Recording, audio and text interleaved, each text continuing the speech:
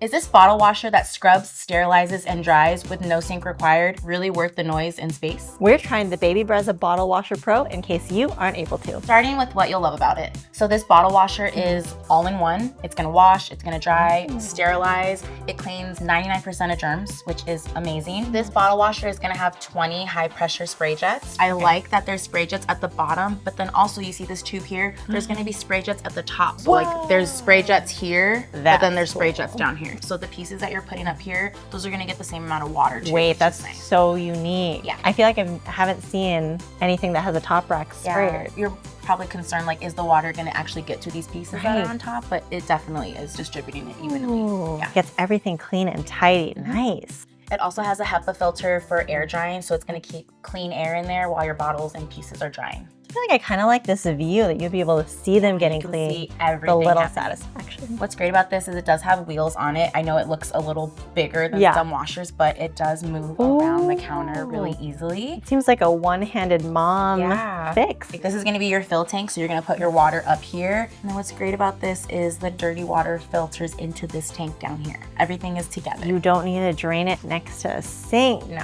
But after using this, there is one thing to consider. It can be a little noisy.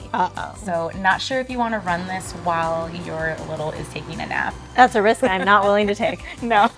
So it is gonna be 2 racks. It's gonna hold up to 4 bottles and then accessories on top. You can adjust this if you have a taller bottle or shorter bottle. So that's also nice. That's nice. You can accommodate a variety of bottles. So try and see if you can put a bottle. So this is an instance where you'd want to swap that adapter out. Yes. So that the taller bottle fits. Ooh, there you go. So there, now your bottle is gonna fit nice. with the extender. So this does have 6 different modes, which is really great to wash, dry, sterilize. So when you turn it on, you're always gonna wanna make sure you just hold it down. And it's gonna count down, there it goes. It's gonna default to just wash mode. Okay. If you press this button, it's gonna take you through the different cycles. Ooh. If you just wanna dry and sterilize, it's just that button there, which is nice. So it's very simplistic. Simple. Not a big learning curve to figure out how to get to the mode that you want. So if you want to do a full cycle, wash, dry, sterilize, it is going to be an 88-minute cycle. So like I said, this is all in one. So you don't have to do any scrubbing or any cleaning before. You're just going to put your bottles,